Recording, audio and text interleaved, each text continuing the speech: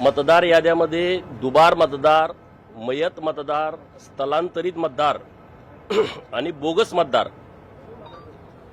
जे घुसखोर आहेत, मोठ्या प्रमाणामध्ये घुसलेले आहेत आणि ते वेगवेगळ्या लोकांचा गैरवापर करून आधार कार्ड काढणं, मतदार यादीमध्ये नाव लावणं आणि अशा पद्धतीचे जे चुकीच्या पद्धतीनं मतदार यादीमध्ये घुसलेले आहेत त्यांना दूर करण्यासाठी अत्यंत चांगलं काम हे केंद्र सरकार आणि राज्य सरकारने हातात घेतलेलं आहे।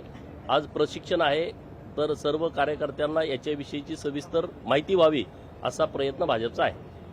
आपण सर सातत्याने बांगलादेशीचा मोठ्या प्रमाणात समावेश झाल्याचा आरोपही आपण केला। नाही, ही परिस्थिती खरी आहे। काय काय राज्यामध्ये आता या मतदार याद्या शुद्ध झालेल्या आहेत आणि लाखांच्या पटीमध्ये मतं कमी झालेली आहेत।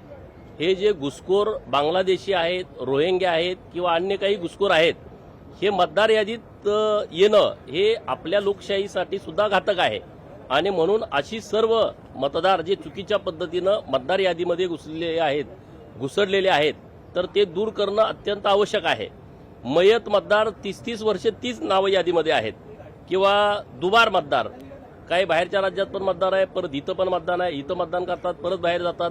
तर असे जे सगळे दुबार, मयत, स्थलांतरित लोक आहेत, 20-20, 30-30 वर्षे त्या पत्त्यावर नाहीत, परंतु बरोबर मतदानाच्या दिवशी कुणीतरी आधार कार्ड बोगस तयार करून तिथं मतदान करायला येतो। कोणी ओळखीचा पण नसतो, बूथवर बसलेल्या त्या एजंटला पण माहीत नसतं हा कोण आहे। महिलाच्या बाबतीत